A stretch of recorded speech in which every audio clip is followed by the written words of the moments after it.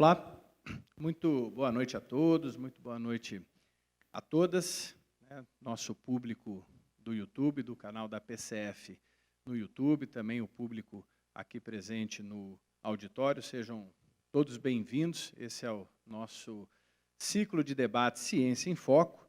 Eu me chamo Marcos Camargo, sou perito criminal federal, presidente da Associação Nacional dos Peritos Criminais Federais, entidade que representa a criminalística em âmbito federal, no seio da Polícia Federal. Nós temos a satisfação de começar hoje um ciclo que é uma discussão, um debate sobre ciência, que nós aqui, então, chamamos de Ciência em Foco, e ele tem por objetivo justamente fomentar a discussão sobre a importância do uso da ciência, das ferramentas científicas, nas diversas áreas do conhecimento.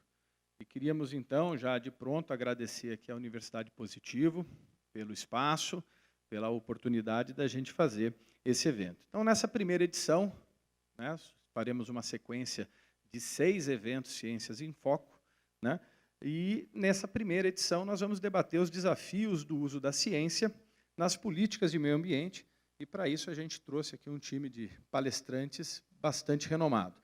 Nós queremos aqui que seja um debate dinâmico, muito proveitoso para todos os que estão aqui presentes e os que estão acompanhando aqui pelo YouTube no canal da PCF. Então, nós vamos convidar aqui para falar sobre o tema o professor da Universidade Federal do Paraná, Carlos Roberto Sanqueta. Eu queria uma salva de palmas para o professor.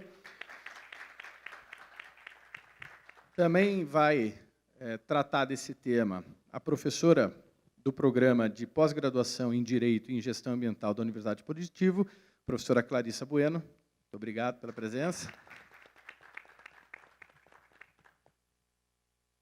E à minha esquerda, o assessor técnico da Secretaria Municipal de Meio Ambiente de Curitiba, Felipe Maia Enque. Muito obrigado. Muito bem. Então, antes de passar a palavra aqui para o nosso primeiro palestrante, o professor Sanqueta, eu apenas vou explicar rapidamente como é que vai ser a nossa dinâmica. Cada palestrante terá aproximadamente 18 minutos, né, para fazer a sua apresentação, né, e, em seguida, após os 3 palestrantes efetuarem essa apresentação, nós vamos dar início ao nosso debate. Para isso, né, algumas pessoas já mandaram as perguntas previamente.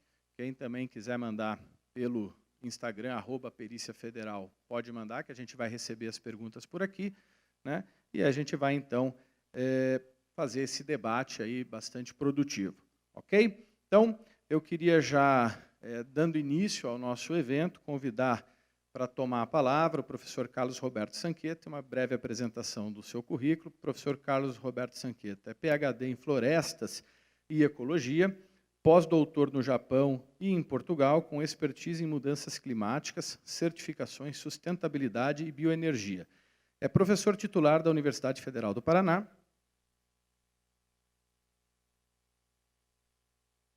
E membro do IPCC, Painel Intergovernamental sobre Mudanças Climáticas, e membro designado do Roster of Experts da ONU para Mudanças Climáticas, membro do Corpo Técnico e Científico da Fundação de Pesquisas Florestais do Paraná e do Fórum Paranense de Mudanças Climáticas, autor e revisor de diversas revistas científicas internacionais. Tem experiência profissional de 37 anos com os temas florestas, energia, ecologia e mudanças climáticas. É autor de 28 livros e mais de 500 artigos e trabalhos científicos publicados. Então, passo a palavra para o doutor Sanqueta e muito obrigado mais uma vez pela presença.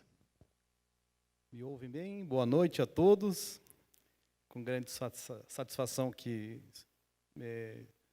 chego até vocês para trazer um pouquinho da minha visão sobre esse assunto. Agradeço a oportunidade de participar desse evento, Ciência em Foco. Agradeço, em particular, a Associação dos Peritos Criminais Federais, na pessoa do Dr. Marcos. Saudar aqui os meus colegas, Clarissa e Felipe, e a todos vocês que estão aí nos nossos canais, né, pela internet e também presencialmente hoje aqui. É um assunto bastante interessante, né? Um tema dos mais importantes hoje na nossa sociedade. com quanto ele é tão interessante, e também ele é muito amplo, né, e abrangente, que nos remete a uma série de reflexões. E eu trouxe aqui algumas reflexões, fiz uma pequena colinha aqui, né? Gostaria de que fosse uma fala, assim, um encontro bastante informal, para a gente poder dialogar, né, depois também sobre esse assunto que é tão importante, tão rico, a gente ganhar com a experiência dos colegas. Então, nesse contexto, eu fiz aqui um conjunto de reflexões que eu gostaria de levantar com vocês. A gente sempre, quando parte de um tema como esse, a gente deve refletir sobre as palavras-chave, né? O desafio do uso da ciência nas políticas do meio ambiente. Pois bem, vamos às palavras-chave. Ciência. O que é ciência? Nós ouvimos tanto hoje, né, falar sobre ciência.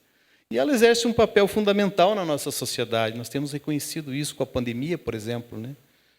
E nós sempre nos deparamos naquela dualidade, ciência e fé, né? A ciência revela o nosso lado racional, né? O lado racional do ser humano. E a fé remete a algo além, né? Que sempre é importante na nossa vida. A ciência deve ser respeitada, incentivada, principalmente entre os jovens e as crianças, praticada e difundida. A ciência deve ser honesta e neutra, deve ser levada para toda a população. Não é exclusividade de universidades, centros de pesquisa, cientistas, laboratórios, etc. Precisamos viver a ciência e não apenas estudá-la e aceitá-la. Precisamos vivenciá-la. Essa é uma primeira reflexão que eu trago a vocês. Políticas, a nossa segunda palavra-chave. As políticas, eu não sou um expert aqui, mas trago uma visão um pouco da minha atuação. E são instrumentos que o poder público, mas que também as organizações, porque não, existem políticas, eu trabalho com certificações, políticas ambientais, políticas corporativas, né? Então, as políticas extrapolam o âmbito público.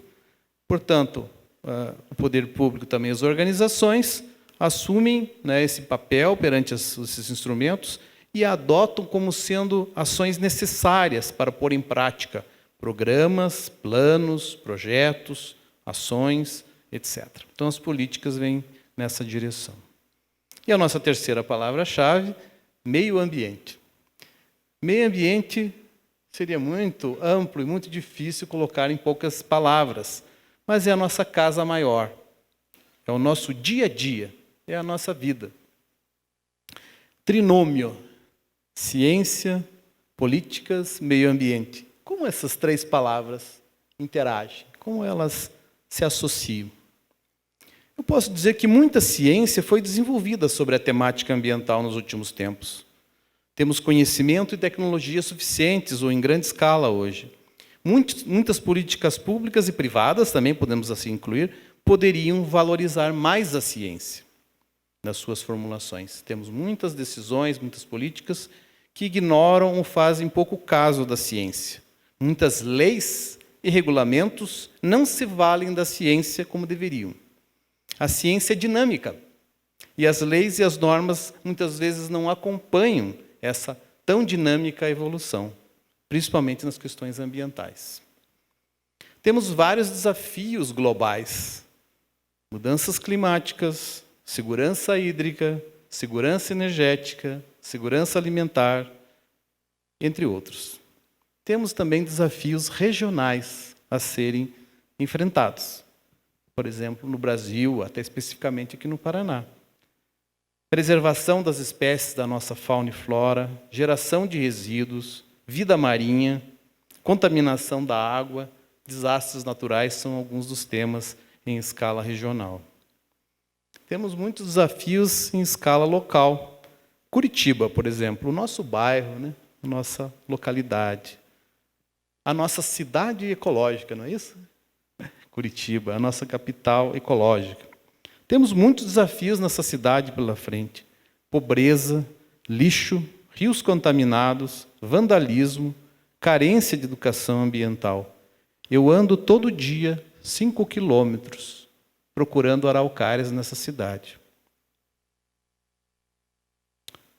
Contei 80 mil araucárias em toda Curitiba e vejo muitas coisas acontecendo e nós precisamos de ações concretas também do poder público, das pessoas, das organizações. Nós devemos nos preocupar com as áreas verdes, com a arborização das ruas, com o seu manejo, entre tantos outros assuntos.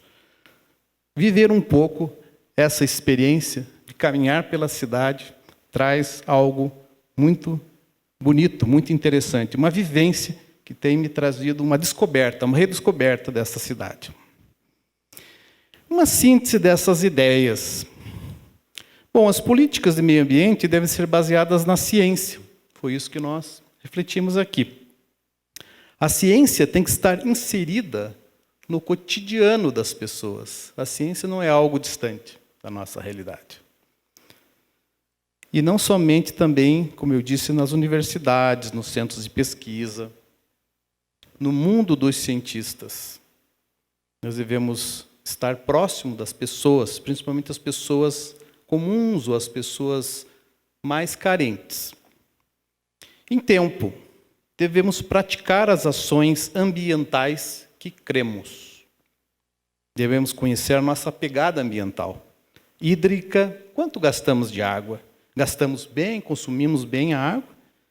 A segurança energética, sabemos com parcimônia utilizar a energia? A climática, em particular, de carbono, por exemplo. Devemos conhecer os aspectos que atuamos e os impactos que causamos. As pessoas não sabem suas pegadas. Faça seu inventário de emissões de gases de efeito estufa na sua casa. Eu sou professor já da área florestal e ambiental há quase 35 anos. E não basta falar de coisas da área florestal e da área ambiental, é preciso vivenciá-las. O que eu faço de diferente para trazer essa mensagem aos meus alunos no dia a dia? Faça seu inventário de emissões de gases de efeito estufa. É simples. Com poucos números, com a sua conta de luz, com a sua conta de água, com o seu consumo de combustível, você consegue. Primeiro passo, reconhecer os aspectos que você atua, os impactos que você causa. Adote medidas de redução de emissões na sua casa. Eu passei a lavar roupa apenas uma vez por semana. Troque suas lâmpadas por lâmpadas mais inteligentes. Mude o seu combustível. Já há mais de 5 anos que eu uso somente o etanol. Temos outras formas. Não é o ideal, mas é o possível. Podemos fazer muito mais. Estava trabalhando no inventário de emissões de um banco aqui em Curitiba, e que tem uma atuação em todo o sul do Brasil. E uma simples mudança de combustível promove uma super redução de emissões. Então, faça o seu inventário, mesmo que expedito, né? Promova redução de emissões. Aí você pode falar de meio ambiente. Aquilo que você não consegue reduzir, compense as suas emissões. Apoie projetos socioambientais. Fazendo isso, você ajudará a ciência a salvar o planeta. Ciência, políticas, meio ambiente, uma união necessária e vital. Precisamos unir essas 3 palavras. Temos tantas oportunidades e possibilidades de ajudar os peritos criminais federais, assim como outros agentes públicos, na resolução de problemas. Certamente existem muitas demandas, né? Questões dos agrotóxicos, do corte de vegetação, outros crimes ambientais. Precisamos nos valer da ciência. Eu acredito que a mensagem final que eu queria passar nesse debate é que a ciência está aberta, com o coração aberto para ajudar os peritos criminais federais e também a toda a sociedade nesse desafio de usar a ciência em prol de um Brasil melhor, de uma sociedade mais justa, de um ambiente mais equilibrado. O Brasil está sendo cobrado, será cada vez mais cobrado por suas ações, no âmbito das suas exportações, no âmbito internacional, nos fóruns internacionais. Eu tenho participado do IPCC já há um bom tempo e há sempre uma cobrança do Brasil, né, com relação às florestas. Então, a minha área, queremos mostrar que temos capacidades, né, vocês na universidade, vocês que são técnicos, vocês que estão aí em casa, né, podem fazer isso. Mas não encarem a ciência como algo distante da sua vida. A ciência pode, sim, mudar o nosso dia a dia. Não com palavras, com opiniões vazias, mas com ações, ações concretas, que devemos transmitir também aos nossos descendentes, aos nossos filhos, né? Permeabilizar toda a nossa casa, os nossos âmbitos de ação, com medidas concretas. Porque falar de meio ambiente, falar de ciência, parece algo tão fora da nossa realidade. Precisamos viver no dia a dia. Quanto de resíduo eu gero? Como que eu posso reduzir? Quanto de água eu gasto? Como eu posso racionalizar? Quanto de combustível eu consumo? Eu posso mudar? Posso melhorar? É fácil falar dos países industrializados, ou de uma empresa, ou de outras questões. O importante mesmo é a nossa ação individual. Podemos ter ações coletivas, mas a nossa ação individual vai fazer a diferença, unindo, portanto, o conhecimento científico, as políticas, né, fazendo pressão para que as políticas funcionem, e o nosso ambiente assim será melhor, e a nossa vida será melhor, com mais qualidade de vida para todos nós. É essa mensagem, agradeço e fico aqui aberto, né, para o nosso debate. Estou curioso, estou muito ansioso para podermos também ganhar, né, novos insights aí de todos vocês que estão aqui nos abrilhantando. Muito obrigado.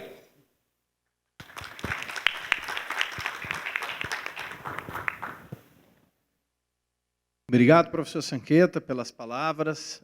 De fato, né, a gente tem acompanhado aí, em que pese seja um motivo bastante traumático e triste a questão da pandemia, mas a gente também tem observado que ela acabou sendo um gatilho para que se discutisse um pouco mais de ciência, e que a ciência também ganhasse certa projeção, que até então não vinha acontecendo, né? E a gente também tem buscado levar essa ciência para outras áreas, não apenas para a área da saúde pública, que já se mostrou absolutamente necessária e importante, mas levar a ciência para outras esferas de discussão, né? A gente falou aqui, então, sobre questões da política, né? Até que ponto, né, os nossos representantes conseguem absorver as informações científicas para que eles façam também leis baseadas em evidências, né? Políticas públicas baseadas em evidências. A própria economia, né, que é sempre uma discussão quando se fala de meio ambiente, né? A economia e o meio ambiente até são convergentes e devem ser convergentes, né? Então, a ciência, acho que ela está permeando toda essa questão e, obviamente, dentro da segurança pública, que é a nossa área específica da perícia criminal, também, né? Então, a gente também busca levar a ciência para a segurança pública. Eu acho que o professor sempre tem colocado e pontuado muito as questões relacionadas também ao que a população pode fazer, né, para contribuir, seja com a diminuição da emissão de gases, diminuição do consumo de água, né? Não beber água, né? Mas de consumir água. Beber água a gente tem que beber bastante, né? Enfim, redução de lixo, né? Então, acho que são pontos importantes que a gente vai depois poder aproveitar aqui no debate. Então, mais uma vez, muito obrigado, professor. A gente vai passar agora a palavra para a professora Clarissa Bueno Vantir, que é doutora em Direito Econômico e Socioambiental pela Pontifícia Universidade Católica do Paraná, tem mestrado em Direito Econômico e Social pela Pontifícia Universidade Católica do Paraná também. Atualmente é professora dos programas de pós-graduação em Direito e em Gestão Ambiental da Universidade Positivo e integrante do Centro de Pesquisa Jurídica e Social, CPJUS, né? Pesquisas de pós-graduação em Direito, vinculadas ao projeto de pesquisa e inovações tecnológicas, econômicas e jurídicas para a sustentabilidade. E no âmbito da pós-graduação em Gestão Ambiental, atua com pesquisas voltadas para as implicações jurídicas para o desenvolvimento sustentável, os impactos positivos ou negativos da legislação ambiental para o desenvolvimento sustentável e para a promoção de estratégias de conservação da biodiversidade e da sociodiversidade. Então, professora, muito obrigado mais uma vez. A palavra está com a senhora. Muito boa noite a todos e todas que nos acompanham presencialmente ou por meio desses instrumentos remotos que tanto nos auxiliam hoje, né, na comunicação, na difusão e também para conversar na noite de hoje. Eu queria inicialmente, né, agradecer a Associação Nacional de Peritos Criminais Federais, na pessoa do Dr. Marcos Almeida Camargo, pelo convite de estar aqui essa noite, e também ao Programa de Pós-Graduação em Gestão Ambiental da Universidade Positivo, na pessoa do seu coordenador, Mário Sérgio Michalizen, que intermediou aqui a minha indicação. Conforme, né, foi apresentado pelo Dr. Marcos, eu vou falar um pouquinho menos de ciência, um pouquinho mais de políticas públicas, né, por uma característica aí da minha formação. No programa de gestão ambiental, a gente discute várias políticas públicas relacionadas a esse aspecto da gestão. Mas só o termo gestão também abre para vários aspectos, tanto hídricos, energéticos, resíduos, cidades. Então, dependendo, né, do perfil dos alunos que estão no nosso programa, a gente abre essa discussão, às vezes mais fechada, às vezes mais genérica. Mas, aproveitando a deixa aqui do professor Sanqueta, né, sobre a apresentação ali e a ideia de políticas públicas, eu queria fazer recapitular alguns pontos e trazer alguns questionamentos que dialogam aqui com o tema do nosso painel, que seria os desafios, né, do uso da ciência nas políticas de meio ambiente e daí, evidentemente, nas políticas públicas de meio ambiente. Então, nós já sabemos, o professor Sanqueta já trouxe essa fala inicial sobre o que envolve uma política pública, né, ações, programas, projetos que, na verdade, vão concretizar as decisões tomadas numa outra esfera. Eu aqui estou partindo da realização de política pública por parte das entidades estatais, mas reconheço também a importância das entidades privadas na atuação de políticas públicas, né? Inclusive, também já participei de um outro evento discutindo esse ponto, mas hoje o meu foco aqui na parte do Estado. Então, é claro que essa instituição, seja a União, os estados, os municípios, eles podem utilizar desses recursos para mudar uma regra de comportamento, né? Mudar uma regra que a gente tinha até aquele momento. Pode ser através de algum incentivo ou de alguma punição. Normalmente, a gente vai chamar isso de regras de comando e controle ou regras, né, de benefício, em que as pessoas são incentivadas ao invés de serem punidas. E daí um outro ponto que a gente pode também levantar no aspecto da política pública é que ela surge de maneira setorial. Até o Dr. Marcos, quando começou a apresentação desse painel, falou da questão transversal e de como o meio ambiente, né, se relaciona com diversos aspectos. Mas as políticas públicas, elas não foram pensadas de forma transversal, elas foram pensadas de maneira setorial.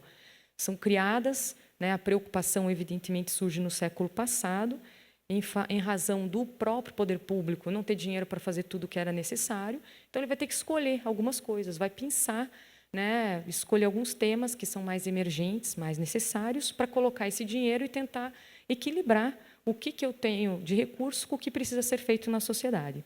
Então, eu vou escolher uma política de educação, saúde, educação básica, uma política de saúde, pode ser vacina, uma política de habitação, né, pensando aqui genericamente, mas todas elas foram construídas de forma separadas. E aí a gente percebe que nós temos, dentro dessa perspectiva do poder público atuando nessa ação, alguns elementos. Primeiro, o envolvimento do governo. Segundo, a necessidade de definir os objetivos e o processo da política pública e a percepção do problema, ou seja, identificar o que vai ser necessário. Quando a gente pensa do governo, e aí falando também, não dá para falar do governo de um aspecto geral, como se o governo fosse lá uma entidade abstrata, que não tem as pessoas que o representam. Então, a gente começa com essa política pública, ela vai ser gerida, né, e executada pelo Poder Executivo. Mas, quando a gente pensa na definição dos objetivos, dos procedimentos, o que vai ser avaliado, qual que vai ser a prioridade, ela precede de uma lei. Então, essa lei eu já vou ter outra parte do governo abstrato pensando nela, que vai ser o Poder Legislativo, que dialoga ali com o Poder Executivo, depende de quem tem essa iniciativa, mas eu preciso aprovar esse negócio por lei. Então, já é outra pessoa, né, outras pessoas, melhor dizendo, que não estão executando, mas que vão conceber isso aí, e também de onde veio, né, ou seja, a percepção do problema, a identificação do problema. Me parece que, além de pressões setoriais, de grupos de interesse significativos dentro da esfera de governo, nós também temos as pressões sociais, né? Às vezes vêm de fora, né, numa ordem internacional, em razão que o Brasil se destaca nas questões ambientais, mas podem vir por demandas sociais que acabam também em destaque, infelizmente, na questão ambiental, em razão de desastres que acontecem, né, muitas chuvas, desabamento, desmoronamento aí de cidades ou bairros inteiros, e acabam chamando a atenção. Nossa, e cadê a ação? Qual que é a resposta que o poder público vai dar para remediar isso aqui?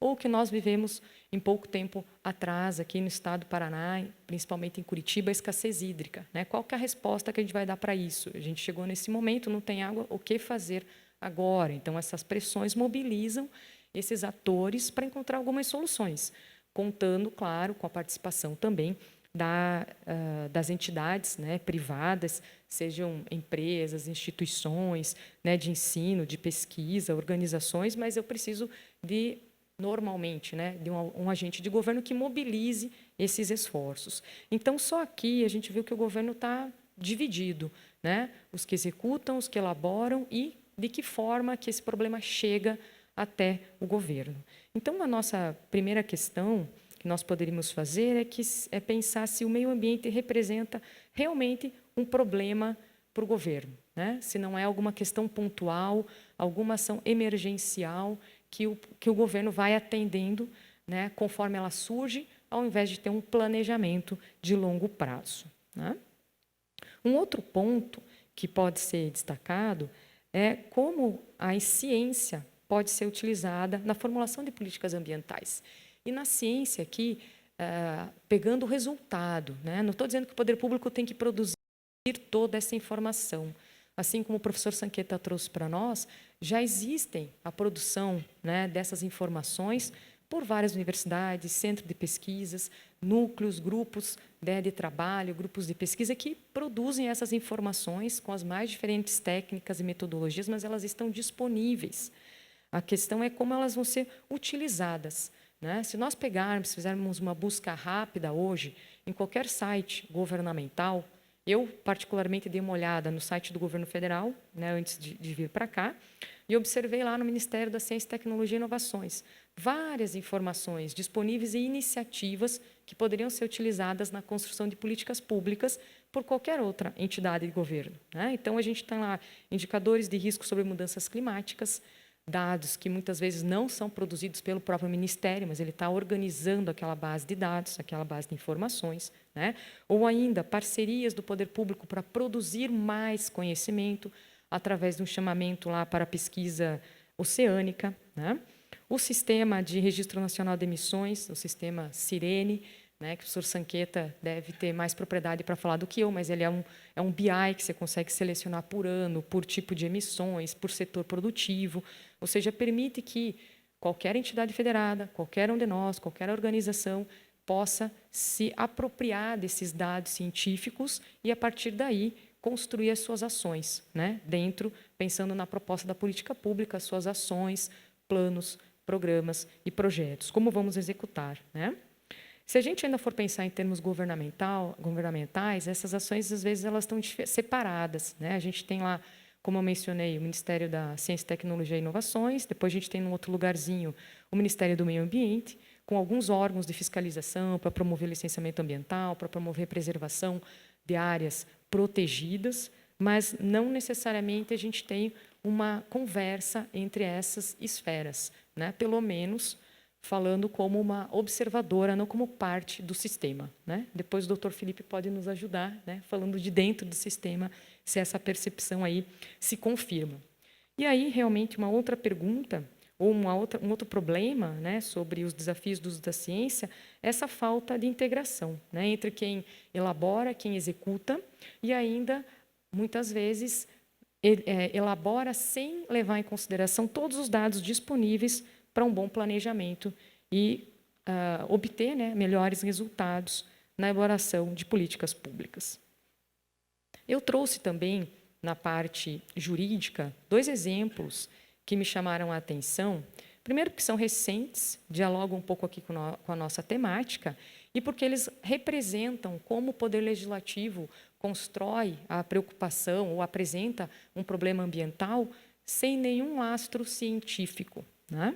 Então, nós tivemos, alguns dias atrás, a aprovação do PL 67/2022 da Assembleia Legislativa do Estado do Paraná, propondo diretrizes e critérios para o licenciamento, implementação, operação e encerramento de aterros sanitários industriais e o gerenciamento ali de resíduos sólidos. A minha ideia aqui não é entrar no mérito do projeto de lei, mas é observar como ele foi justificado, ou seja, por que eu trouxe esta temática, por que eu quero fazer uma mudança legislativa, por que eu quero mudar o foco de atuação, nesse caso, da política estadual. Em pequenos 3 parágrafos que foram apresentados para dizer que esse PL deveria ser aprovado, só foram levantados aspectos normativos, ou seja, a ausência de lei estadual regulamentando a matéria, né? A constitucionalidade da proposta, a adequação com a Constituição Federal e com a Constituição Estadual. Em nenhum momento, na elaboração da política pública, que é o primeiro passo que apresenta essa preocupação, foi trazido se havia elementos, né, científicos, técnicas suficientes para promover as alterações que se pretende nos aterros sanitários, industriais e na forma do gerenciamento de resíduos sólidos. Um outro projeto, daí que eu selecionei na temática climática, é o PL 1539, de 2021, que tramita no Senado e que propõe alterar um artigo da Política Nacional de Mudança do Clima para estabelecer uma nova meta. Na verdade, é uma adequação da meta de acordo com os compromissos assumidos pelo governo brasileiro na última reunião, né? Então, dentro ali das metas voluntárias, para reduzir em 43% até 2025 as emissões, que vão levar como base, né, o relatório nacional de 2005. Então, claro, tem toda uma ciência atrás desses relatórios, mas a justificativa do projeto de lei não menciona também que nós temos técnicas ou temos alternativas tecnológicas suficientes, que nós temos esforços ou recursos suficientes para promover essas mudanças. Menciona apenas que preocupações econômicas, né? Ou seja, se a gente mudasse esse artigo, nós mostraríamos a nível internacional que o Brasil está preocupado com as mudanças climáticas e, portanto, poderíamos assinar o acordo União Europeia-Mercosul. Outra aponta ali o aumento das relações comerciais, indica que contribuiria para a implementação do Código Florestal, como se fosse fácil implementar o Código Florestal, basta seguir o Código Florestal, vai estar tudo certo. Se o Código Florestal tivesse implementado, muitos desses problemas já estariam resolvidos. Professor Sanqueta, não é simples, assim é fácil aplicar o Código Florestal e tudo está resolvido. E também, a última justificativa que é apresentada no projeto seria: tudo é ótimo, a gente só precisa que o Congresso libere o orçamento. E nós sabemos que a pasta ambiental não é a que recebe maiores recursos em nenhum dos governos. Não é uma questão de hoje, é uma questão histórica nossa, é só a gente acompanhar um pouquinho os sites de transparência, prestações de contas dos nossos governos. Então, com esses 2 exemplos aqui, um estadual, um federal, a gente consegue observar que a ciência e os dados disponíveis, isso que é o mais importante, eles não aparecem em nenhuma fundamentação para propor alteração de políticas públicas. As justificativas são mais no âmbito legal. Como eu sou da área, né, legal e jurídica, eu também acredito que é insuficiente para a formulação hoje de políticas públicas, pensando na transversalidade, na interdisciplinariedade, pensar somente se ela adequa ou não um dispositivo constitucional, ou se eu tenho uma ausência normativa, ou se eu preciso me adequar a um acordo internacional. A gente precisava pensar na política pública dentro dos instrumentos disponíveis. Se não tem instrumentos, como vou providenciar isso, né? Como a gente vai ter essa concretização da política pública para que ela não fique uma política que não tenha o seu ciclo, que não seja executada, que não possa ser avaliado. Então, todo o arcabouço científico ele está aí fornecendo dados, as políticas públicas são implementadas, elas precisam passar para saírem do papel, se tornarem concretas, serem avaliadas para verificar se atingiram seus objetivos ou não, para ver qual ação vai ser a próxima. E não somente pensar num futuro acordo comercial ou dizer que tem uma adequação legislativa ou tem uma ausência normativa sem pensar na sua efetividade. né? Então, é claro que uma outra pergunta que nós poderíamos fazer é por que essas informações não são levadas em consideração para a formulação das políticas públicas ambientais, considerando que elas estão disponíveis hoje mais do que em anos anteriores, né? Então, é claro que nós temos uma dificuldade em avaliar um ciclo de política pública para colher seus dados. Se a gente for pensar, depois o professor Sanqueta nos ajuda, e o Felipe também na questão climática, né? A gente está pensando em restauração de florestas, eu preciso de uma política pública de longo prazo, né? Eu não vou ter uma floresta reconstituída em 2, 3 anos. Como a gente vai monitorar isso, né? Quais outras ações poderiam ser feitas, além de pensar na criação de uma política pública no papel, né? Então, esse ciclo também vai impactar e, evidentemente, o ciclo dos nossos governos, né? Então, se nós queremos políticas públicas de governo, se vamos querer políticas públicas de Estado, né? Que levem em consideração as nossas propostas, os nossos anseios como sociedade, as nossas necessidades, e não necessariamente um ciclo curto de 3, 4, 5 anos, e que muitas vezes não se completa e a gente não consegue avaliar a política pública ambiental, redirecionar, né, os esforços, se apropriar de novas informações científicas, mas, ao contrário, que a gente pudesse, então, planejar de uma maneira mais adequada, eficiente, tanto os recursos disponibilizados pelo poder público, mobilizar os esforços da iniciativa privada, empresas, instituições, organizações, para atingir, né, o meio ambiente que queremos ou desejamos dentro, né, de uma perspectiva aí de desenvolvimento sustentável. Eram essas aqui as minhas considerações. Muito obrigada.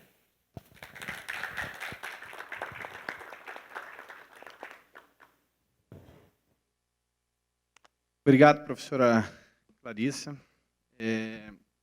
Algumas colocações aqui acho que foram bem pertinentes. A gente vê, eu como integrante do poder público também, né, como integrante de uma corporação pública, Polícia Federal, a gente muitas vezes vê que há recursos, há informações, há elementos, mas às vezes é difícil colocar as coisas em prática, né? Então, como fazer, né, essas ferramentas se conversarem, como fazer a integração para que a gente tenha, de uma certa maneira, políticas emergenciais, porque a gente sabe que questões de clima hoje estão em voga, a ONU tem trazido isso com um grande peso, né? Então, assim, há um clamor por políticas emergenciais, mas que também sejam políticas de longo prazo. E talvez, já colocando as coisas aqui, já pincelando aí para um debate próximo, né? Acho que a senhora colocou bem uma frase sobre a questão da política, né? Das propostas legais, que elas são muito setoriais e pouco transversais. E a gente vê isso mesmo, né? O parlamento, principalmente na Câmara dos Deputados, você tem representações de setores, né? E muitas vezes falta essa transversalidade, né? Acho que um exemplo também que a gente pode trazer aqui para ilustrar é a própria legislação de agrotóxicos que está sendo discutida na Câmara. Na verdade, já foi aprovada na Câmara, ela vai para o Senado agora. Era o PL 6299 de 2002, e que, se a gente traz aqui uma alusão ao estado do Paraná, que é um estado agrícola, que é um estado que tem uma agricultura forte, mas até que ponto o clima, né, não interfere nisso. Isso gera uma necessidade de você cada vez mais ter um aumento de produção ou saber lidar com essas mudanças climáticas para gerar um aumento de produção. E muitas vezes, né, a solução, quando se pensa em uma solução setorial e não transversal, que às vezes não houve a questão da ciência, é simplesmente resolver o problema no curto prazo, que no caso do projeto de lei de agrotóxicos, a grande crítica que se fez foi justamente essa flexibilização mais desenfreada do uso de agrotóxicos. Então, vamos resolver o problema de imediato, pensando numa questão setorial que é, obviamente, extremamente importante, mas sem essa transversalidade de ouvir questões científicas, de procurar outras alternativas que vão ser necessárias para que a gente mantenha uma produção compatível com a demanda, mas talvez com medidas mais apropriadas para o meio ambiente, né? Mas, enfim, isso aí já fica aí para a gente pensar num debate aí. Enfim, então agora deixamos para o sistema político, né? O sistema por último, né? Agora é uma responsabilidade para o Felipe. Então eu queria apresentar aqui o nosso próximo debatedor, né? Dr. Felipe Maia Enck, que é formado em Engenharia de Ambiente pela Universidade Federal do Paraná, pós-graduado em Engenharia do Trabalho e Segurança pela Universidade Tecnológica Federal do Paraná e especialista em Planejamento, Gestão de Transportes e Meio Ambiente. Atua como assessor técnico na Secretaria Municipal de Meio Ambiente de Curitiba, na coordenação do Plano de Mitigação e Adaptação às Mudanças Climáticas, o Plan Clima. Atua como assessor de cidade para o município de Curitiba, Brasil, como parte do Programa de Planejamento de Ação Climática da Rede de Grandes Cidades para a Liderança Climática, C40. Trabalhou no Instituto de Pesquisa e Planejamento Urbano de Curitiba, o IPUC, onde participou do desenvolvimento e revisão das principais políticas, planos e projetos urbanos e ambientais da cidade, incluindo a coordenação da revisão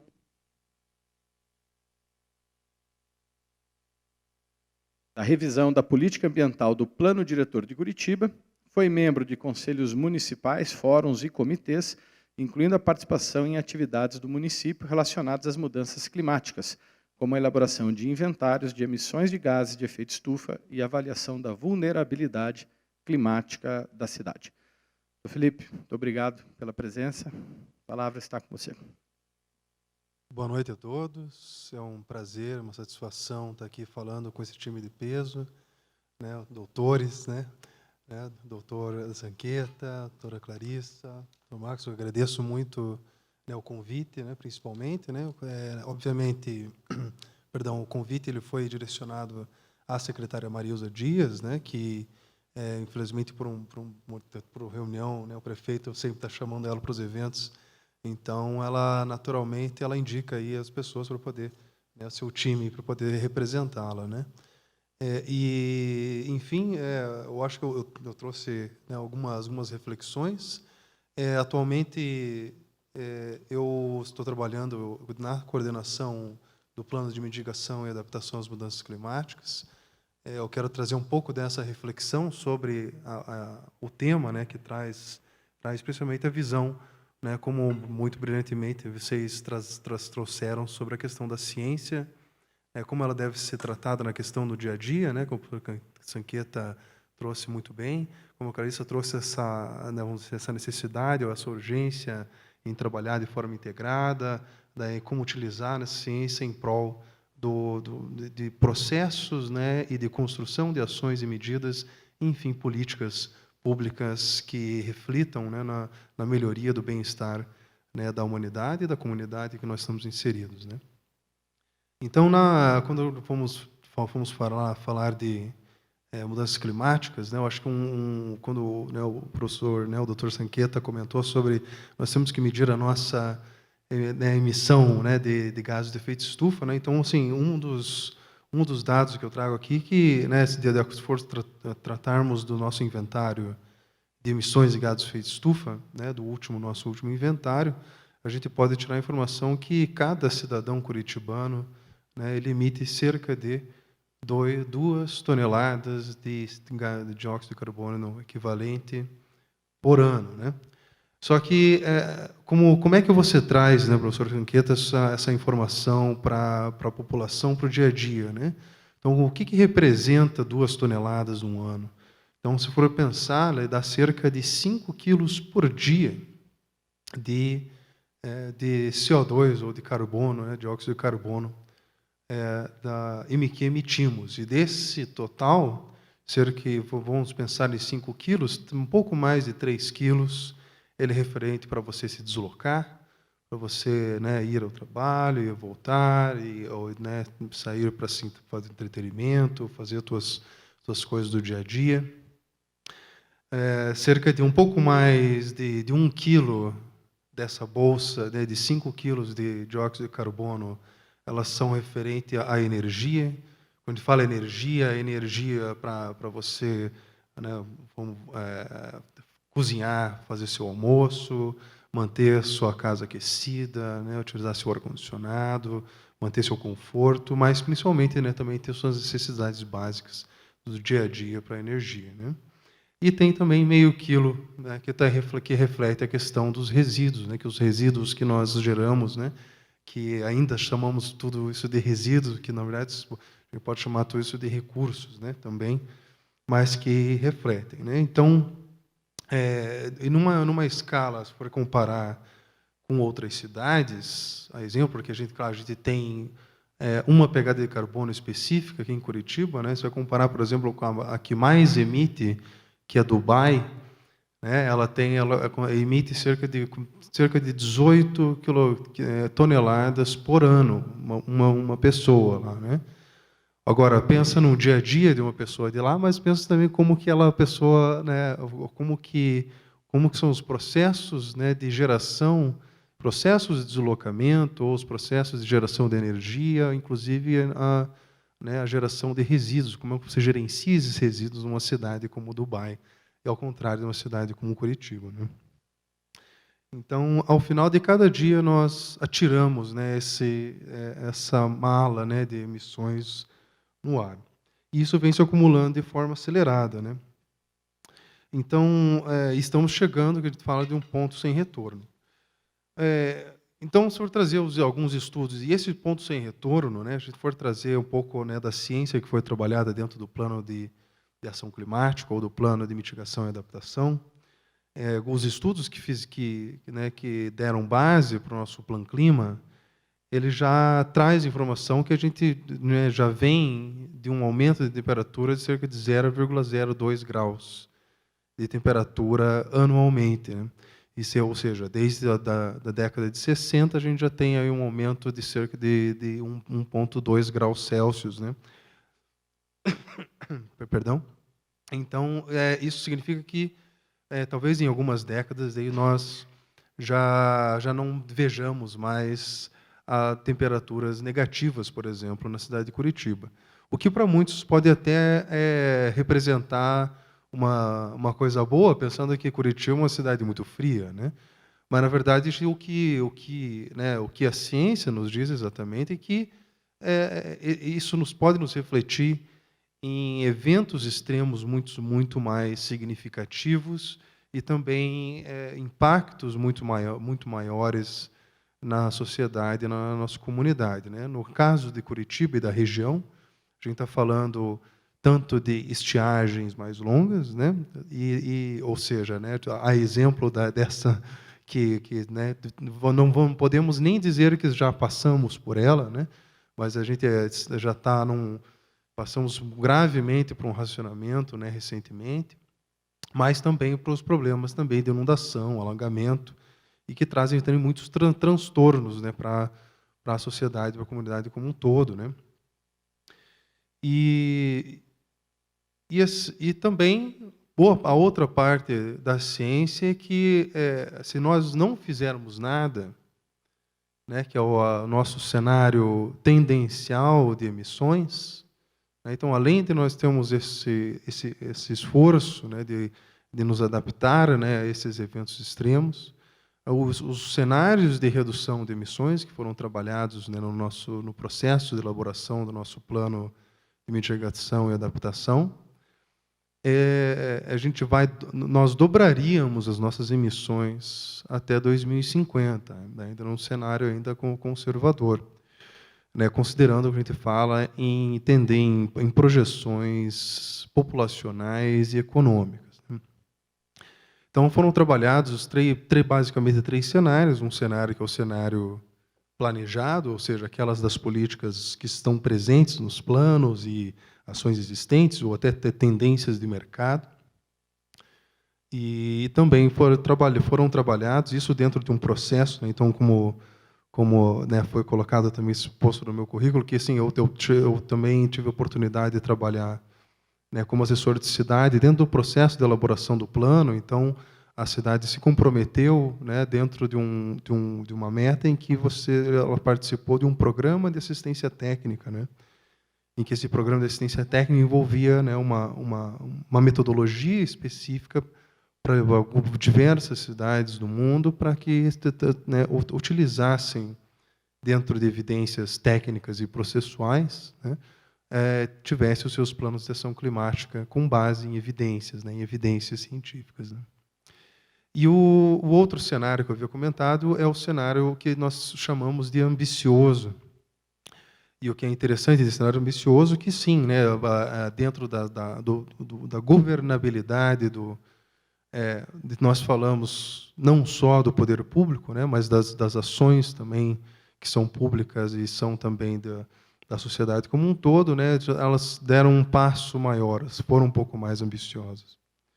E o que nos trouxe o desafio foi verificar, né, e essas evidências demonstraram, que essas medidas e essas ações elas serão insuficientes para se alcançar o compromisso que a cidade de Curitiba, quando a gente fala cidade, ela não é só o município, né, não é só a prefeitura, de atingir a neutralidade de carbono em 2050, né, a resiliência da cidade em 2050, e também, né, distribuir esses, e também evitar os impactos, distribuir os benefícios de forma equitativa.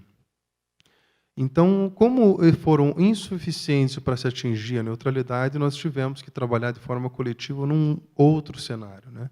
Que é um cenário que nós chamamos, dentro do Plano Climático, um cenário estendido. Né? Ou seja, nós tivemos que estender a nossa ambição para entender o tamanho do desafio que é atingir a neutralidade, né? Ou ter emissões líquidas zero de carbono. Né? Então, quando nós falamos nesse sentido, o desafio ele é muito grande. E mesmo assim, nós temos, mesmo no cenário estendido, nós temos o que chamamos de emissões residuais. Né? E nessas emissões residuais, né, então, sim, muitos são naquelas políticas de esperar e ver, né, ou que a gente chama de wait and see, né, ou, né, outras formas de você vamos dizer, vislumbrar como ultrapassar uma série de barreiras. E quando a gente fala de barreiras, são barreiras institucionais, sociais, tecnológicas, né, de toda a natureza, ainda mais de um tema tão transversal, interdisciplinar, como é a questão das mudanças climáticas. Né. E o que é muito importante, né, acho que, além... Acho que uma das principais mensagens, quando você passa por um processo de construção coletiva e verifica que o tamanho do desafio que você tem e a urgência que é a questão da emergência climática, é o que eu havia comentado sobre a questão dos co-benefícios, dos impactos, né? Que é o que é uma discussão que nós falamos e um conceito que nós chamamos de justiça climática. Né? Então, não devemos, não adianta nós pensarmos em ações e medidas de redução de emissões e adaptação, se elas não forem voltadas para as pessoas e principalmente para todas as pessoas, mas principalmente para aqueles que são mais impactados, né, ou que estão em maior situação de vulnerabilidade. E como que a gente se certifica que essas políticas, que essas ações, que essas medidas elas trazem, né, assim, esse benefício para todos e tenham também e que o impacto também seja minimizado com relação aos mais vulneráveis, mas a todas as pessoas. Então, chegando um pouco no desafio, né, no debate com esse time de peso, assim que nós estamos aqui, e principalmente no desafio de eu poder trazer um pouco da visão, como é que é né, estar dentro do sistema, como vocês falam, perdão, é que o Plano Clima ele não é um instrumento de planejamento da prefeitura, né? Ele é um instrumento de longo prazo, ele é um plano baseado em evidências técnicas e processuais e principalmente baseado na ciência. Né? Ele foi um trabalho de construção coletiva. Quando a gente fala de construção coletiva, existe muito esse desafio, né, quando nós falamos de uma política que ela é representativa. Né? Quando falamos em integração vertical, com diversas esferas, setores da sociedade, né? né? Ainda nos pegamos em trabalhar com pessoas que representam suas instituições e representam suas esferas e seus setores.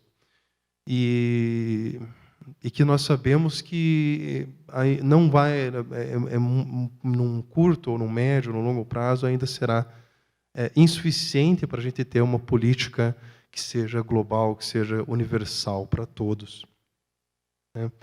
Então, eu não vejo no maior, né, quando falo não vejo, né, eu vislumbro dentro desse processo e dentro dessa esfera, né, desse universo de construção representativo, de construção de políticas, que o maior desafio está no desenvolvimento de tecnologias ou da ciência, né, propriamente dita, ou não seja na ciência do pesquisador, seja na ciência social, seja na ciência presente no dia a dia, né?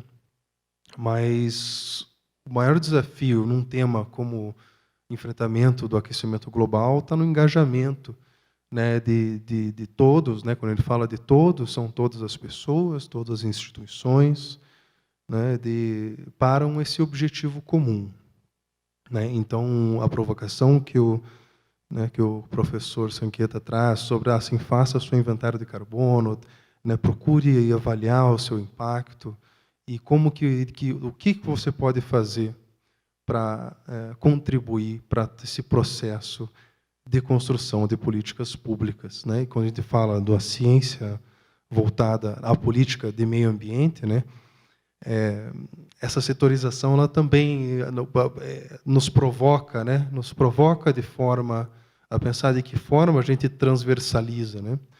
E o que é interessante é que o desafio da mudança climática ele nos provoca a trabalhar de forma intersetorial e transversal.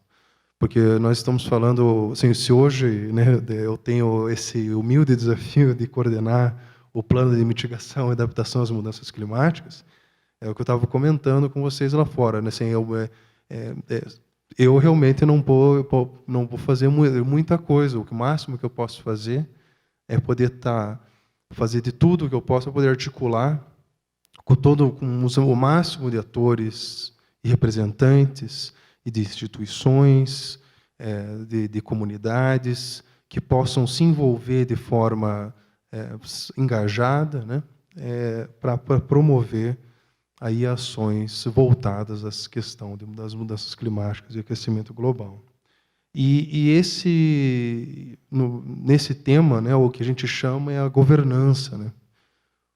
Então, essa seria a minha última provocação, porque nós estamos num momento do Plano do Clima em que ele foi aprovado ao final de 2020. Né, estamos passando, né, dentro nessa aprovação do plano, que é o Decreto 1670 de 2020, ele também foi estabelecido o compromisso, né, da cidade em estabelecer a sua estrutura de governança. E quando nós falamos dos instrumentos da política, né, eu acho que o principal instrumento da política é essencialmente como que a gente trabalha de forma colaborativa, né? Então, não é só o poder público que faz, os recursos públicos são, sim, construídos e também priorizados de forma coletiva, ainda de forma representativa, né? Eu acho que estamos melhorando nas nossas formas vamos falar de controle social. Eu não sou o maior fã da palavra controle social, mas as formas, pelo menos, de transparência, as formas de você poder usar os dados a favor. Então, estamos evoluindo muito na questão de dados abertos, né, de poder disponibilizar essas informações, né? Então, sim, recentemente foi publicizado por uma iniciativa externa a criação de um painel de mudança climática, né, que a gente também está construindo de forma coletiva aí como nós vamos trabalhar. Então, assim, para mim é uma honra estar participando desse debate, porque vai ser um insumo de grande valia, excelente, com grandes profissionais, com grandes pessoas que estão realmente engajadas em poder estar ajudando a construir uma política de meio ambiente, uma política de mudança do clima, mas a política social que nós esperamos propriamente dita. Então, agradeço mais uma vez né, a oportunidade de poder trazer algumas palavras e fico aberto ao debate. Muito obrigado.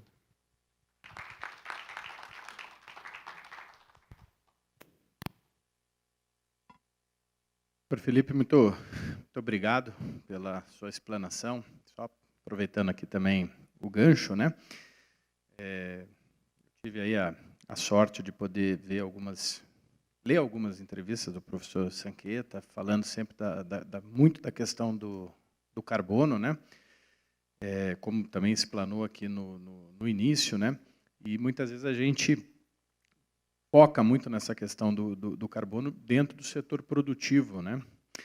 E eu acho que você traz um gancho bom, como todos já trouxeram, mas a gente aproveita aqui também esse gancho de ver que a questão do meio ambiente é uma questão que envolve e que engloba todos, né? Nós temos a questão das próprias crianças com a educação ambiental lá desde a base, né? Desde a conscientização, o setor produtivo, a agricultura, né? E o cidadão também, né? Então, você traz aqui uma preocupação que eu acho que também a gente vai poder explorar aqui um pouco mais no debate, que é justamente a questão da emissão, né? Que o cidadão faz, né? Ou seja, do quanto ele produz também de carbono, e a preocupação de que em 2050, né, num cenário talvez conservador, se nada for feito, isso dobraria, e que, creio eu, também seja fruto do aumento da nossa população, né? Então, acho que são pontos importantes. Acho que o Panclima não, já é essencial para isso e vai continuar sendo para que a gente busque alternativas a essa questão. Então, eu agradeço as explanações dos nossos 3 convidados, né? E aí a gente agora parte para um breve debate. As pessoas que estão aqui na plateia ao vivo também fiquem à vontade, caso queiram fazer alguma pergunta. A gente já tinha algumas perguntas prévias, outras eu já acabei formulando aqui, né? Aproveitando o embalo. E a gente vai, então, dar sequência ao debate. Eu vou começar perguntando para o professor Sanqueta, mas, assim, o debate é bem livre, então vocês fiquem absolutamente à vontade para também contribuir, caso queiram. A pergunta não é exclusivamente para uma pessoa responder, mas se vocês quiserem também contribuir, fiquem à vontade. Para o professor Sanqueta, deixa eu só me arrumar aqui.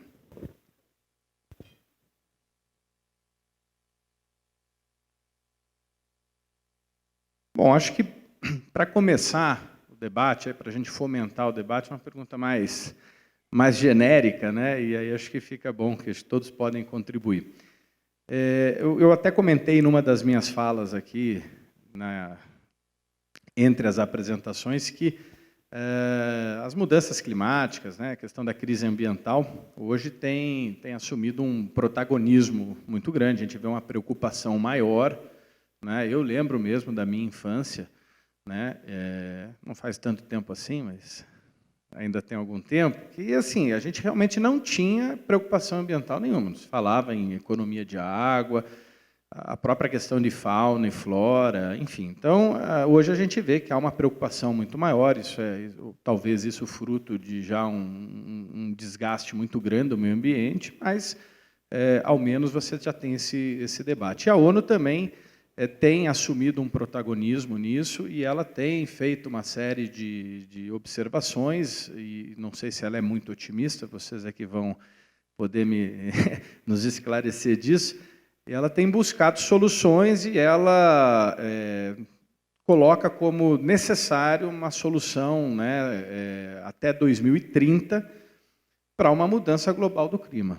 Então, se colocou como um desafio que até 2030 a gente teria que resolver essa questão do clima. Aí eu pergunto para vocês, aí, com a experiência que vocês têm, mas especificamente aqui também direcionando ao professor Carlos Sanqueta, se isso é possível, se a gente pode ter expectativa de que até 2030 a gente consiga ter uma reversão significativa, se a ONU conseguiria atender essa demanda, ou se é algo muito otimista. E se é muito otimista, por quê? E se é muito pessimista, por quê também? Puxa, que desafio. É muito interessante a pergunta, e agradeço por ela. Olha, começa por nós, por mim.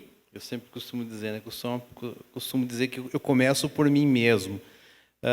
A minha mudança começa agora, né? Não em 2030 ou numa data futura. Eu percebo que as pessoas estão mais esclarecidas, as empresas estão muito engajadas, o poder público também, as cidades. Eu parabenizo Curitiba por suas ações, né?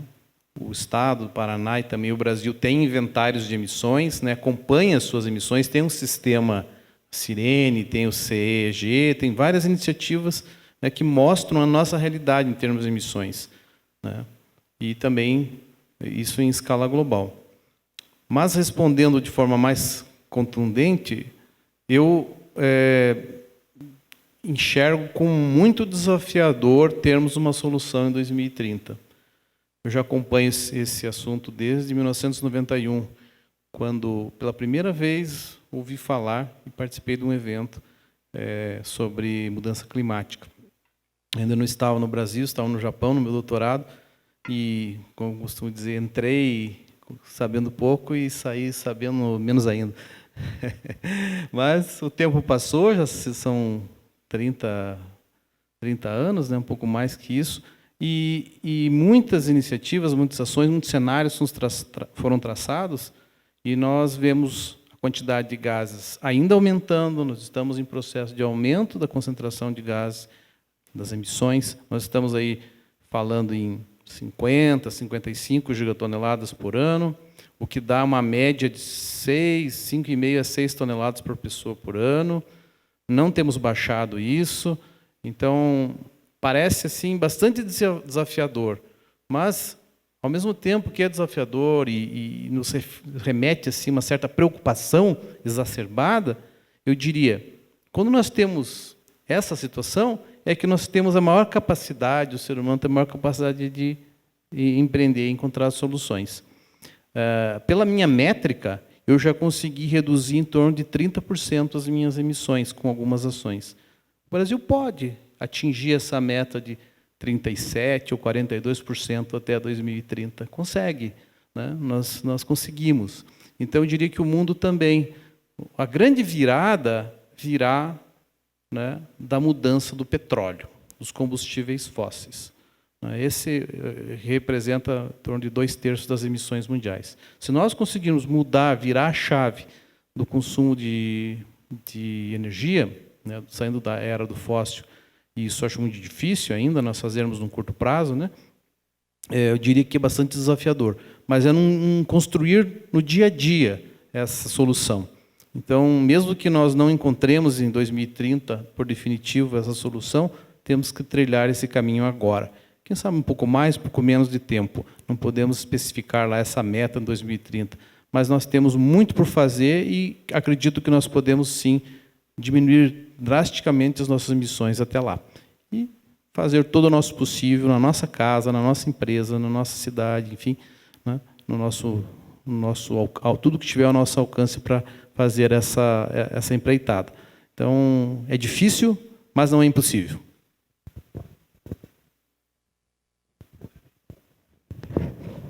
Eu gostaria de fazer só uma complementação no que aspecto até da governança global, né, que o Felipe trouxe para nós, no papel da ONU, né, como o professor Sanqueta mencionou, esse tema já é do século passado, né, vários de nós somos do século passado, né, e ela foi discutida talvez não com a devida pressa, né? Se a gente fosse comparar com uma atividade física, a gente veio numa marchinha lenta, né? Desde o século passado, foram feitos avisos, tinham estudos, mas estava ali, estava caminhando devagarinho, devagarinho. Agora a gente chegou naquele ponto em que estamos nos 100 metros rasos, ou seja, tem que dar tudo, né? Felizmente tem tecnologia, tem alternativas, mas precisa um pouquinho mais. E a ONU, ela reflete um pouquinho do que é o nosso universo interno, ou seja, ela não vai fazer uma decisão que não foi dialogada, que não foi construída, e conversar com as pessoas. O Felipe daí tem mais experiência do que isso, do que nós aqui, né, na construção dessa coletiva aqui, das ações da prefeitura, leva tempo. né? Você faz uma reunião, faz outra, conversa com um grupo aqui, conversa com outro grupo. Então, essas conversas, né, que a gente teve num ritmo muito lento no século passado, hoje a gente não consegue fazer mais rápido. Temos instrumentos, temos tecnologias que nos permitem conectar pessoas, mas elas não se convencem mais rápido hoje do que se convenciam no século passado. Então, acho que talvez esse seja o maior entrave. Até não é culpa da ONU, mas é que o nosso processo de construção coletiva não é um processo tão rápido. A tecnologia nos permite fazer muitas coisas, mas nós ainda não, somos seres humanos. A gente não consegue tão rápido quanto a tecnologia permite. Perfeito, muito bem colocado, professora Clarissa. Bom, o que eu queria colocar aqui, acho que a ciência científica, pesquisadora, né, dos cientistas, né, ela testou que é possível, né? Eu acredito que, e a gente deve acreditar, né?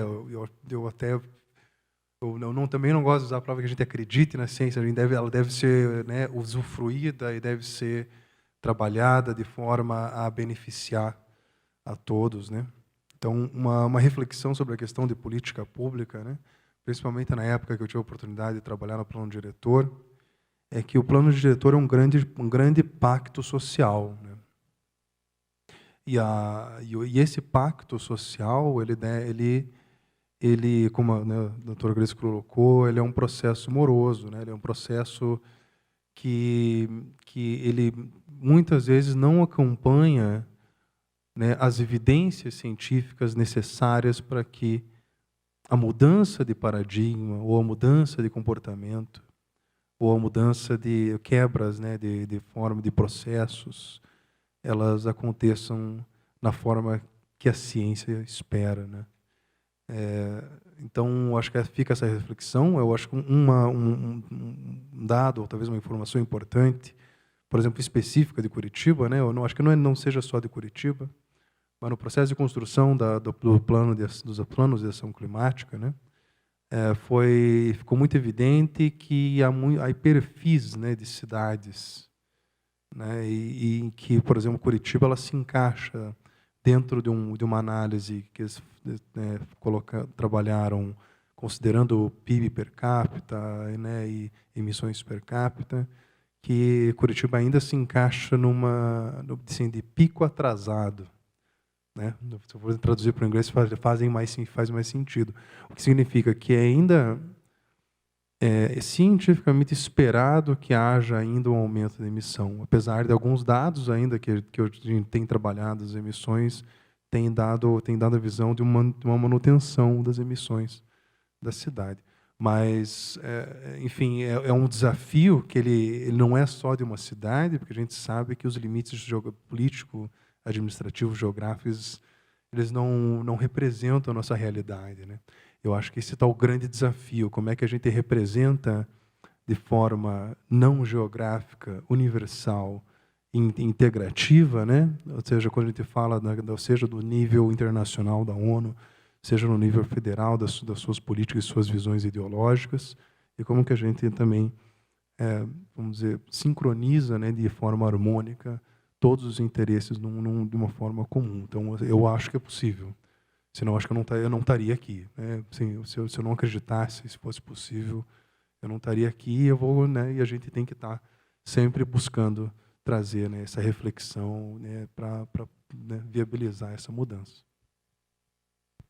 Maravilha. Eu acho assim, a gente tem que, de fato, né, a gente tem que ser otimista, acreditar e se cobrar também, né? Acho que isso é importante. Eu vou aproveitar o gancho aqui também. A gente está discutindo nas últimas semanas aí, né, toda essa questão dos combustíveis, né? E pode ser que eu tenha sido desatento, eu não tenha visto a discussão nesse sentido, mas o pouco que eu acompanhei, não acho que foi tão pouco assim, mas o que eu acompanhei, a gente estava falando aqui do preço da gasolina, enfim, de toda a discussão de barril de petróleo, né? Mas praticamente eu não vi uma discussão, pelo menos assim, sustentável, né, sobre, como até o professor Sangueta falou do etanol, né, sobre buscar outras fontes, né, enfim, carro elétrico, não sei se isso também teria, obviamente vai ter também seus impactos, né? Mas qual que seria mais vantajoso? Enfim, mas você não vê muito essa discussão. E o que é curioso é que isso é mundial, né? Se você pegar o próprio, e aqui não é, obviamente, fazendo juízo de valor de governo nenhum, mas você vê, o próprio governo Biden agora despertou aí uma série de ações de cientistas porque ele se colocou como um compromisso que foi dobrar o combustível fóssil, né? Então, se o problema está no preço, vamos aumentar o combustível, vamos ter mais combustível fóssil, né? Então, você vê que é uma política que acaba vindo de um governo dito democrata, para o padrão americano, né, que acaba querendo dobrar o combustível fóssil. E aqui no Brasil você também tem, sobre outras questões, a própria atuação do Supremo, que cobra do governo federal, né, tem uma ação que agora foi pedido vistas no Supremo, mas, enfim, tem uma ação justamente para que o governo apresente um plano de combate ao desmatamento, porque até o momento não apareceu esse plano. Então, você vê que é de governos de ambas as esferas, né? Às vezes, a falta de comprometimento ou de esclarecimento em relação a essas questões. E aí eu aproveito, já que eu estou falando isso, para perguntar para a doutora Clarissa, que é uma preocupação agora que a gente tem no âmbito pericial, a gente até conversou um pouquinho lá fora, que é justamente nessa busca de cuidar do meio ambiente, de responsabilidade ambiental, de crescer com desenvolvimento sustentável. Então, a gente vê, e é bom que isso aconteça, mas a gente vê uma série de políticas, principalmente para o setor produtivo, para as empresas, de governança ambiental, né, de governança social e ambiental. Então, está na moda agora falar de ESG.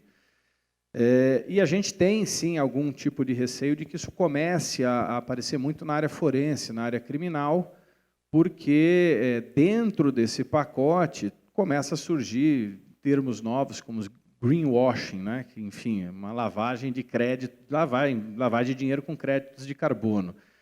Então, como que você vê, e fique à vontade também para os demais palestrantes, essa questão das ações de ESG, né? A gente já tem algumas informações de que daqui a pouco vão começar a reflorestar a área que não foi desmatada, enfim, para poder fazer a política de ESG. Então, até que é importante ter política de ESG, mas como vocês enxergam, de repente, essa política pública de forma eficiente, se realmente é uma coisa que ainda precisa aprimorar mais, ou se já está madura para a gente poder discutir e trabalhar nessa área. Bom, agradeço aqui a pergunta, tentarei ser breve. Bom, nós temos algumas empresas no setor nacional, né, que se destacam no âmbito da responsabilidade social e ambiental. Eu acho que é importante a gente mapear isso, que a exigência da responsabilidade social e ambiental ela precede as iniciativas de ESG. Então, não é que a empresa, da noite para o dia, resolveu fazer alguma coisa, é um caminho percorrido, mas a questão da transparência, porque o G do ESG é governança, então a questão da transparência ela toma peso muito grande, e as questões ambientais que estavam, vamos dizer assim, talvez não fosse o nosso holofote, elas tomam uma magnitude que até então não existia. Então, na minha perspectiva, essa é uma dinâmica ainda que vai ser muito aprofundada, a gente vai precisar de muita discussão, mas a transparência que é exigida para todas as empresas que vão se inscrever na Bolsa, nos indicadores lá do ISE e outros que estiverem no gênero, elas já passam por uma certificação prévia, né? A gente vai ter cada vez mais a exigência do próprio consumidor, preocupado com isso, né? Porque esse greenwashing não é só eu lavar o dinheiro, é eu fazer marketing dizendo que eu sou social, ambientalmente responsável, enquanto eu não sou, né? Então, essa preocupação ela extrapola só uma questão de custo, mas é enganar o consumidor de que ele está comprando um produto que ele acredita ser responsável social e ambientalmente, enquanto não é, né? Que nem o escândalo que teve nos Estados Unidos com os veículos que emitiam mais partículas do que, na verdade, não emitiu, né? Então, uma indenização milionária, ações de compensação.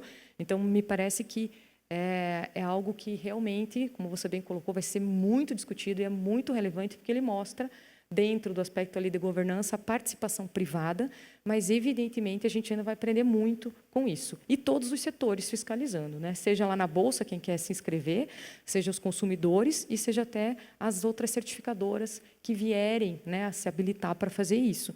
porque as certificadoras, daí o professor Sanqueta me ajuda, que conhece mais certificadoras, elas também têm a sua responsabilidade em atestar que aquilo é verdadeiro, né? E com os dados, né, a gente estava conversando ali de disponibilidade de dados, mencionou, estão dizendo que estão reflorestando onde já estava reflorestado, mas talvez isso seja algo facilmente de ser comprovado. Então, não é tão simples assim a gente querer enganar tanto uma certificadora ou o consumidor, desde que a gente tenha os dados abertos, né? Se a empresa ela tem consciência, está fazendo tudo certinho, ela não vai ter por que omitir essa informação.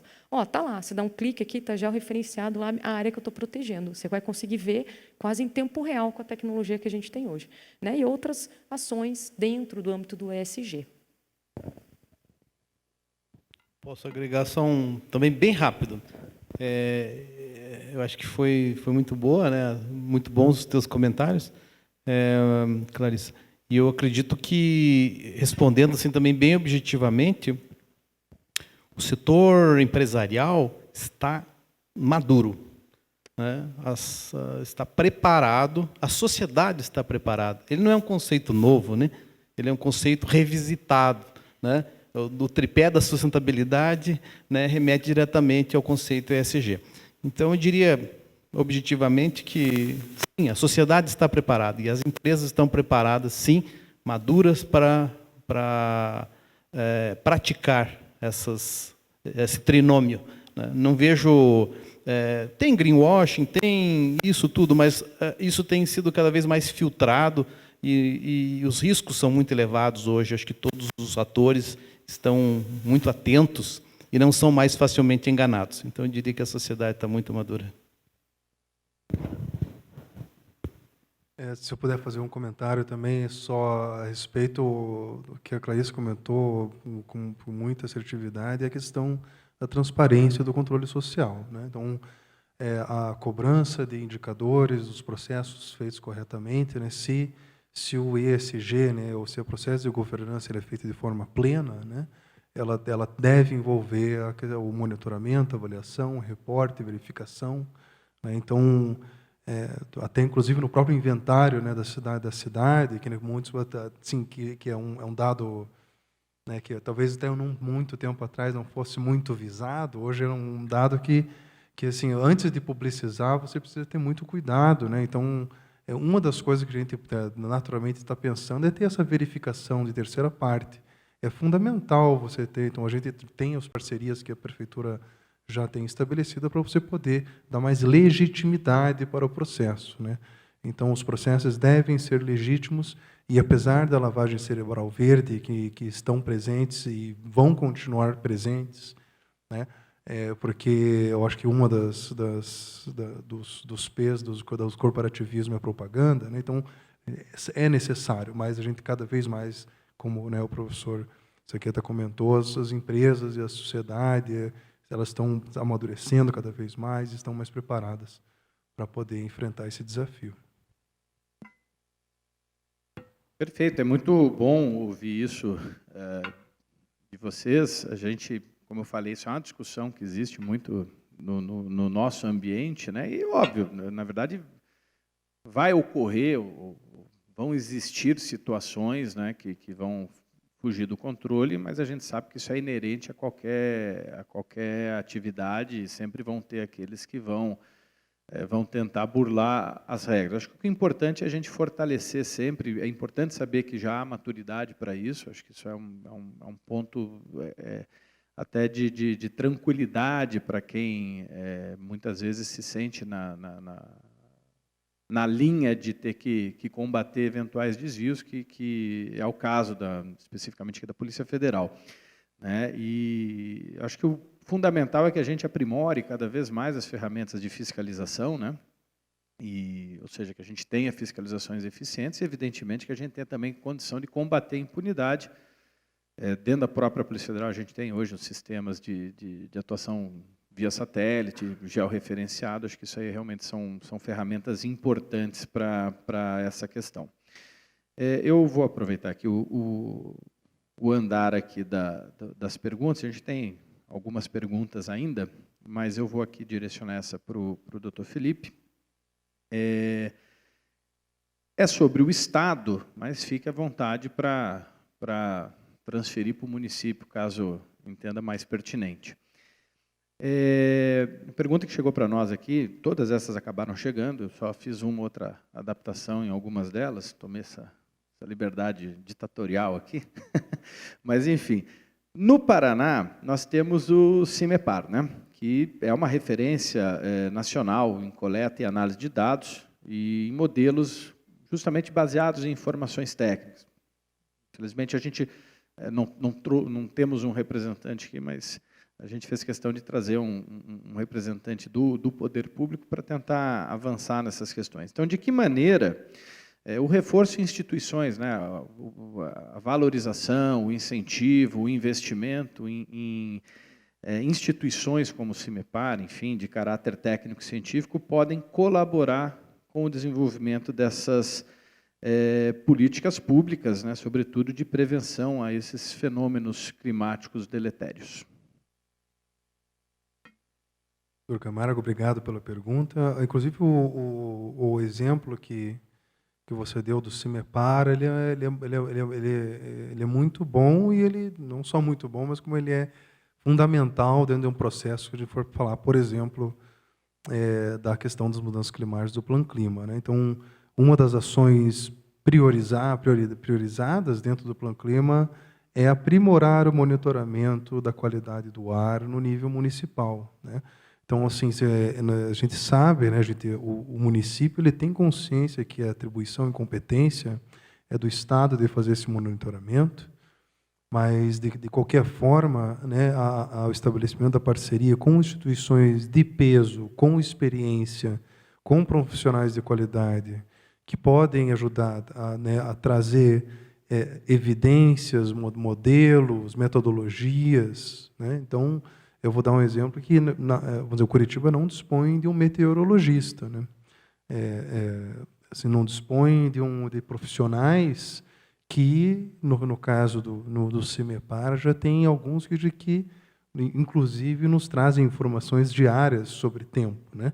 Claro, a gente está falando, então, se a gente for falar da questão climática, então envolve outras, né, evidências, né, também de outras modelagens, mas ela parte daí, né? Então, quando você pergunta do fortalecimento das instituições que promovem, né, e constroem, desenvolvem conhecimento, né, elas têm que ser dada todo o apoio, todo o fortalecimento, né? E para que, inclusive, possa subsidiar, né, as ações e as políticas climáticas, né? Então, até eu cheguei a comentar sobre é bom a gente valorizar aqueles bons exemplos, né? Então, aqui, por exemplo, em Curitiba, no Paraná, a gente tem o Boticário também, que é uma empresa também super reconhecida, e, né, nas suas políticas ambientais e de manejo, né, e de trabalho com a questão das áreas florestadas e tudo mais. Porém, sim, né, é fundamental que a gente fortaleça essas instituições, né? Então, né, não tenho outros comentários, aí peço aí aos colegas também para complementarem. O próprio governo do Estado do Paraná, através da Fundação Araucária, recentemente aprovou, né, um núcleo, né, de emergência climática. Então, apoiando com recursos financeiros, com articulação, e através desse processo, eu participei ativamente desse processo, percebeu-se que as nossas instituições, por exemplo, as universidades estaduais, e além dos institutos, como o CIMEPAR, etc., e as federais, né, inclusive as universidades particulares ou privadas, têm atuado e têm mostrado muita informação, muita articulação, muito resultado em termos de estudos ambientais, particularmente em mudanças climáticas. Então, eu diria que isso dá resultado imediato, né? E forçar o apoio a essas instituições só traz benefício. Bom, eu concordo com os meus colegas aqui. Eu acho que qualquer apoio para instituições públicas ou privadas que consigam trazer mais informações, mais dados, vão nos auxiliar no planejamento e na execução de ações concretas. Bom, nós já estamos caminhando aqui para o final do nosso debate. A gente tem algumas perguntas aqui ainda, mas eu vou pegar uma aqui das que chegaram. E até porque ela faz um gancho lá, quando eu comentei a questão dos agrotóxicos, enfim, até que ponto as mudanças climáticas elas acabam aumentando o consumo de agrotóxicos e que acabam levando a uma política pública que tem sido muito criticada de flexibilização da liberação de agrotóxicos, enfim, tem uma série de questões. O relator até um parlamentar do Paraná, foi o relator, né? Então, nesse contexto, para a gente até poder fazer o encerramento do nosso debate, eu sei que vocês falaram bastante sobre passaram por essa questão, né? Mas assim, para a gente agora fazer a finalização, se vocês pudessem imaginar políticas públicas, quais seriam algumas políticas públicas ou algumas ideias, né, que seriam importantes, né, justamente para confrontar esses impactos ambientais, principalmente para o Paraná, que é um estado agrícola, né, um estado que demanda muito da sua agricultura e que é importante, é necessário, é uma fonte de recurso, de subsistência, de crescimento do estado, então, óbvio que é necessário, mas, assim, que tipo de políticas públicas vocês acham que poderiam ser trabalhadas, discutidas, lançadas, para que a gente possa enfrentar esses impactos? A gente precisa crescer, mas eu acho que o meio ambiente ele pode se adequar a esse crescimento e como fazer isso por meio das políticas públicas mais adequadas. Posso começar eu já encerro também a minha participação aqui. Eu tive uma experiência recente de visitar o estado de Goiás, uma área de grande produção agrícola. E uma coisa que me chamou muita atenção, me impressionou, e eu acho que isso poderia ser revestido numa política pública, sim, muito concreta, de redução de agrotóxicos, é um estímulo aos bioinsumos. E lá em Goiás eu percebi isso, que a grande, maciça maioria das propriedades rurais já substituiu os agroquímicos por produtos de origem biológica. Então, eu diria que a gente deveria ter uma política pública, sim, concreta do Estado do Paraná nessa direção. Até porque os bioinsumos aumentam a estocagem de carbono no solo, reduzindo as emissões de gás de efeito estufa derivadas dos combustíveis e também dos fertilizantes nitrogenados. Então, eu diria, estimular a nossa agricultura com tais práticas, com tais medidas, seria altamente benéfico em vários aspectos, contaminação da água, contaminação do solo, né, e também as emissões, para citar apenas 3 casos. Então, essa é uma política pública de incentivo à nossa agricultura paranense que traria muitos resultados. Nós já temos um histórico de décadas, né, de uso de agroquímicos aqui, nós temos que mudar esse paradigma e temos soluções. Temos grandes exemplos, esse exemplo que eu citei para vocês é apenas um deles, de casos concretos que nós podemos mudar o nosso modelo de produção, de produzir a todo vapor para exportar para a China soja, né, à custa do meio ambiente. Nós temos que mudar isso e podemos produzir tão bem, ser muito bem valorizados na medida que nós temos políticas de mudança desse paradigma, né? Ou seja, nós temos aí uma oportunidade. Esse é um dos exemplos, né, de políticas públicas que poderiam ser facilmente implementadas e que nós já temos em outros estados. Bom, acho que um ponto importante é a gente notar que nós temos vários modelos de produção agrícola, né? Quando a gente fala agricultura, a gente só pensa na soja, por exemplo, ou no milho, mas eu acho que o estado do Paraná também tem uma diversidade grande. Se a gente pega o mapa de potenciais agrícolas e os estudos do estado do Paraná, a gente tem várias rotações, né, culturas diferentes. E talvez, não vou falar tão técnico quanto o professor Sanqueta, né, mas identificar prioridades para esses setores, valorizar uma utilização de bioinsumo, uma agricultura de precisão, em que a gente não precise cada vez espalhar menos, né, esse produto, traríamos vantagens, né, tanto para quem está produzindo, para quem está consumindo, mas também pensar em estratégias diferenciadas para cada um dos setores. Eu sei que a gente estava falando da transversalidade, mas é que produzir alimento, eu não produzo, mas quem produz sabe a dificuldade, e cada um precisa de técnicas diferentes para isso. Mas também, eu acho que a ciência tem muito para nos ajudar, mas falta essa vontade, né, falta esse diálogo para a gente trazer essas alternativas para todos os modelos, né? E também a gente vê, às vezes, uma dificuldade de que seja uma política agrícola que integre, né? Então, a gente tem uma política lá que põe a agricultura orgânica, depois a agricultura familiar para cá, depois quem vai precisar, né, do seguro agrícola, de uma produção intensiva, está em outro lugarzinho. Então, realmente, essa falta de integração faz com que a gente possa ter a liberação dessa nova, né, flexibilização, que talvez não fosse necessária em razão de todos os avanços que nós já tivemos em bioinsumos. Mas cadê o pessoal lá falando, né, que essa seria uma alternativa viável e não precisaria dessa liberação? Então, não é muito prático, mas acho que mostra um pouquinho dessa nossa dificuldade de integrar as temáticas produtivas. Bom, o professor Sanqueta deu uma aula agora para a gente.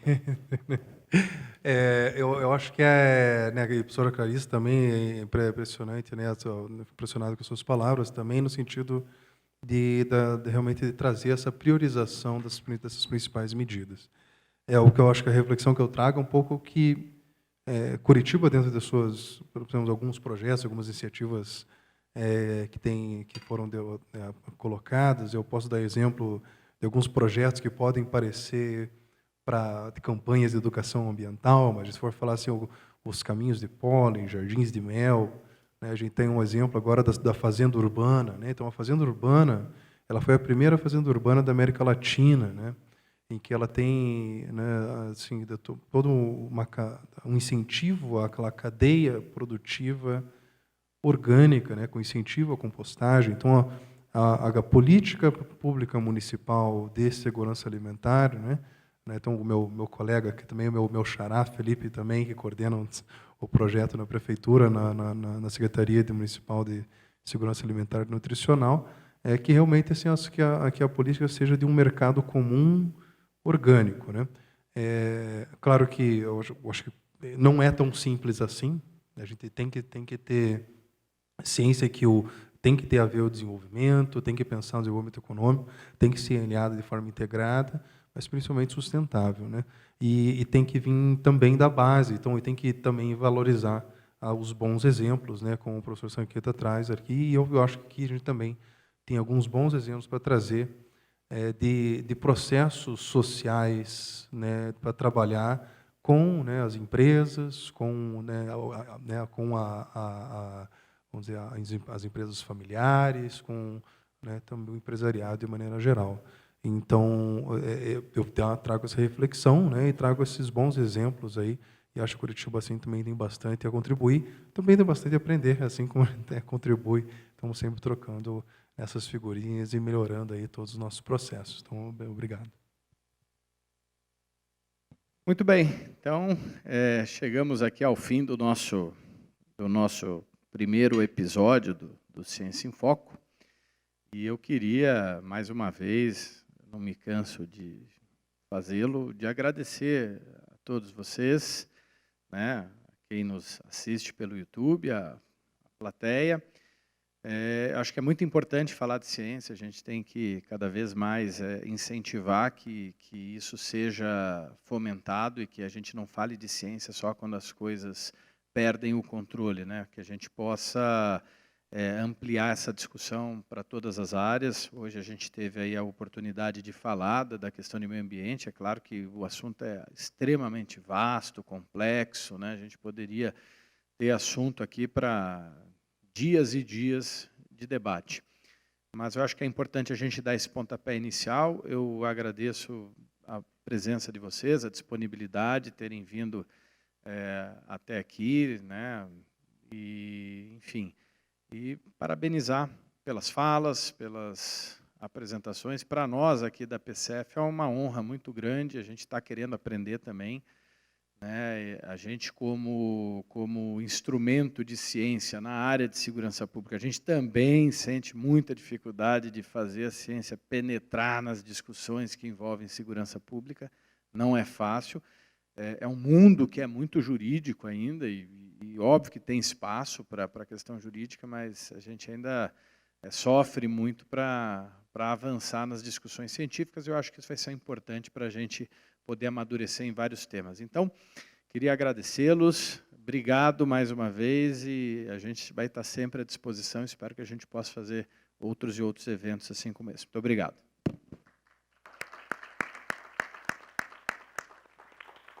Muito bem, então, para a gente fazer a finalização, Vou aqui, pode vir, Dani, a gente tem uma pequena lembrança aí para os nossos palestrantes.